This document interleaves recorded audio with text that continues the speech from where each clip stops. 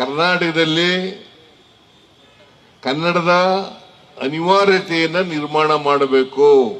ನಾವೆಲ್ಲರೂ ಕೂಡ ಕನ್ನಡದ ಅಭಿಮಾನ, ಕನ್ನಡದ ಬಗ್ಗೆ ಪ್ರೀತಿ, ಕನ್ನಡದ ಬಗ್ಗೆ ಗೌರವ ನಾವು ಬೆಳೆಸ್ಕೊಳ್ಳದೆ ಹೋದರೆ, ನಮ್ಮ ಮಾತೃಭಾಷೆ ಬಗ್ಗೆ ನಾವು ಬೆಳೆಸ್ಕೊಳ್ಳದೆ ಹೋದರೆ ಬೇರೆ ಯಾರು ಬೆಳೆಸ್ಕೊಳ್ಳಲಿಕ್ಕೆ ಸಾಧ್ಯ ಆಗ್ತದೆ ಹೇಳಿ ನೋಡೋಣ.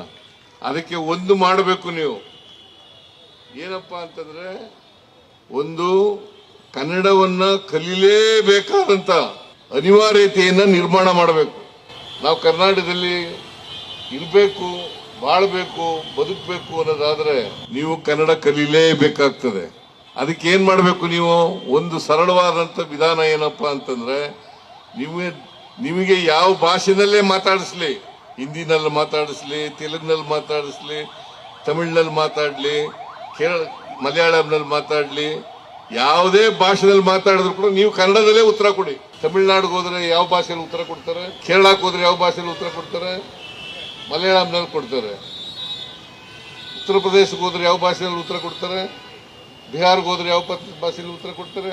ಹಂಗೆ ಕರ್ನಾಟಕದ ಕನ್ನಡಿಗರು ಅವರು ಯಾವುದೇ ಭಾಷೆ ಮಾತಾಡಿದ್ರು ಕೂಡ ನಾವು ಕನ್ನಡದಲ್ಲೇ ಉತ್ತರ ಕೊಡ್ತಕ್ಕಂಥ ಸ್ವಭಾವವನ್ನ ಬೆಳೆಸ್ಕೊಳ್ಬೇಕು.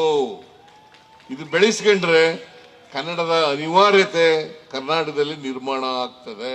ಅದನ್ನ ನೀವು, ನಮ್ಮ ಜವಾಬ್ದಾರಿ ಏನಪ್ಪಾ ಅಂತಂದ್ರೆ, ನಾವು ಕನ್ನಡಿಗರಾಗಿ ನಾನು ಕನ್ನಡದಲ್ಲೇ ಮಾತಾಡ್ತೇನೆ, ಬೇರೆ ಭಾಷೆಯಲ್ಲಿ ಮಾತಾಡಲ್ಲ. ಓದ್ಬೇಡಿ ಅಂತ ಹೇಳಲ್ಲ, ನಾನು ಬೇರೆ ಭಾಷೆ ಕಲಿಬೇಡಿ ಅಂತ ಹೇಳಕ್ ಹೋಗಲ್ಲ. ಆದ್ರೆ ಕನ್ನಡ ಭಾಷೆನಲ್ಲೇ ಮಾತಾಡ್ತೀನಿ ಬೇರೆಯವ್ರ ಜೊತೆನಲ್ಲಿ. ಕರ್ನಾಟಕದಲ್ಲಿ ಬೇರೆ ಊರಿಗೆ ಹೋದಾಗ ಬೇರೆ ಭಾಷೆ ಮಾತಾಡಿ, ಆದರೆ ಕರ್ನಾಟಕದಲ್ಲಿ ಕನ್ನಡ ಭಾಷೆನಲ್ಲೇ ಮಾತಾಡ್ತೀನಿ ಅಂತಕ್ಕಂಥ ಶಪಥವನ್ನ ಇಂದು ಮಾಡಬೇಕು. ಅದೇ ನಾವು ಕನ್ನಡ ನಾಡಿಗೆ ಸಲ್ಲಿಸ್ತಕ್ಕಂಥ ಗೌರವ, ಅಭಿಮಾನ, ಪ್ರೀತಿ ಅಂತಕ್ಕಂಥದ್ದನ್ನ ತಿಳ್ಕೋಬೇಕಾಗ್ತದೆ.